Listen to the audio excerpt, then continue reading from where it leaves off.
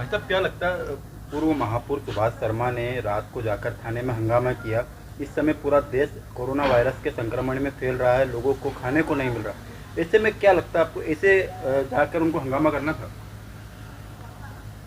Congress committee के अध्यक्ष होने के नाते मैं इसकी घोर निंदा करता हूं, क्योंकि यह कृत्य अक्षम्य अपराध की श्रेणी में मानता हूं। यह क्षमा करने योग्य नहीं है। एक तरफ हम देख रहे हैं कि पुलिस, डॉक्टर्स, नगर निगम के कर्मचारी ये हमारे देवदूत बन के काम कर रहे हैं, हमारी जान की रक्षा कर रहे हैं, और दूसरी तरफ इस तरह की नौटंकियां करना क्या महापौर के पद पर रहा हुए व्यक्ति को शोभा देता है? रात को पूरे देवास में चर्चा रही कि रात को 12 साढ़े 12 बजे जाकर इस तरीके से कृत्य करना, सभी को समझ में आता है कि कैसे किस हालात में थे वो। कई पत्रकार साथियों ने ही रात को उनसे इंटरव्यू लिए, उनसे चर्चा की। मुझे अफसोस इस बात का है कि उन्होंने भगवान परशुराम जी को भी नहीं छोड़ा। क्या वे खुद भगवान हो गए? अपने आप को भगवान समझने लग गए। उन्होंने कहा मैं परशुराम हूँ। परशुराम जी की तपस्या इस संसार को बनाने में और दैत्यों को लड़ने में लग गई। तुम खुद दैत्य वाले काम कर रहे हो, भगवान परशुराम तुम्हें कभी माफ़ नहीं करेंगे। तुमने उस योनि में जन्म लिया है। वो ब्राह्मण समाज जो नेतृत्व करता है इस देश का, वंदनीय है, पूजनीय है।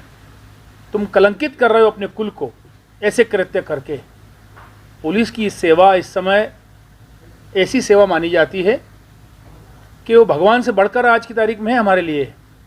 हम देख रहे हैं टीआईओं की मौत हो चुकी, सेवा करते करते अपने प्राणों की आहुति दे रहे हैं। भोपाल में 29 कांस्टेबल एक साथ संक्रमित पाए जाते हैं।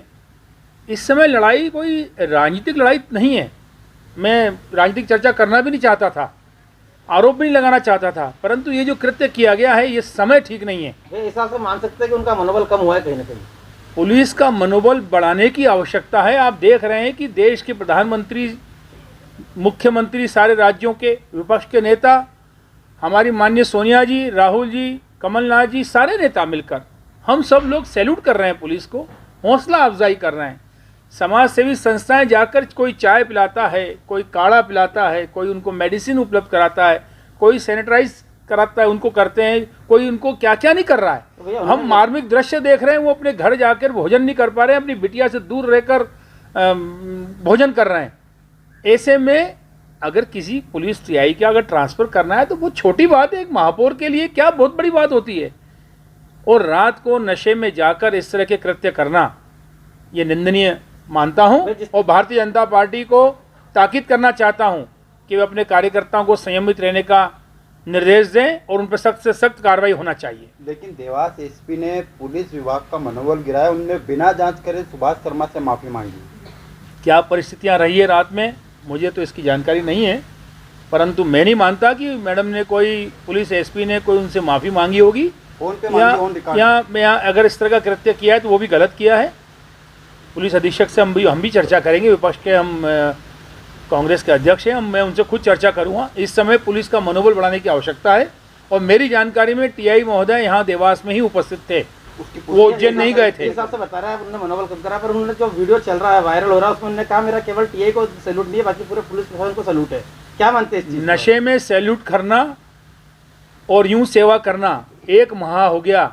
ये महाशय कहीं दिखे आपको? मैं पत्रकार मीडिया से पूछना चाहता हूँ भैया, इन्हीं के घर के आसपास मैं मीडिया से पूछना चाहता हूँ, क्या कहीं ये आपको दिखे कभी किसी जरूरतमंद की मदद करते हुए दिखे? जिस दिन प्रशासक की भूमिका का निर्धारण तय हुआ, माननीय मुख्यमंत्री जी ने तय कर दिया कि ये प्रशासक बनेंगे, उस दिन बड़े मूड में आ गए ये।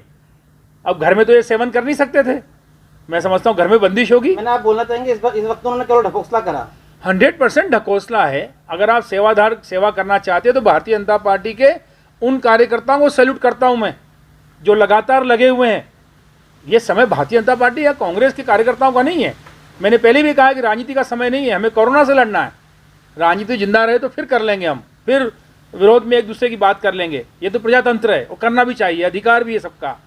परंतु जिस व्यक्ति ने पूरे समय घर में छिपकर जन सेवा से मुंह नकार दिया हो और एक दिन आते हैं रात को 12 बजे के बाद जिस हालात में आकर पुलिस का मनोबल गिराने की कोशिश करते हैं, यह निंदनीय है।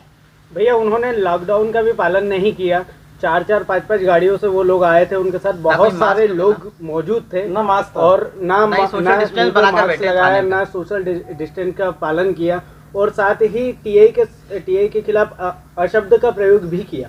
कहाँ तक उचित है? सरासर कानून का उल्लंघन है। कांग्रेस का साथी मधवेश में अगर इस समय कोई इस तरह का कृत्य करता तो क्या उनको छोड़ दिया जाता? हमारे केंद्रीय मंत्री पूर्व भाई कांतिलाल भूरिया जी के ऊपर भी मुकदमा दर्ज हुआ।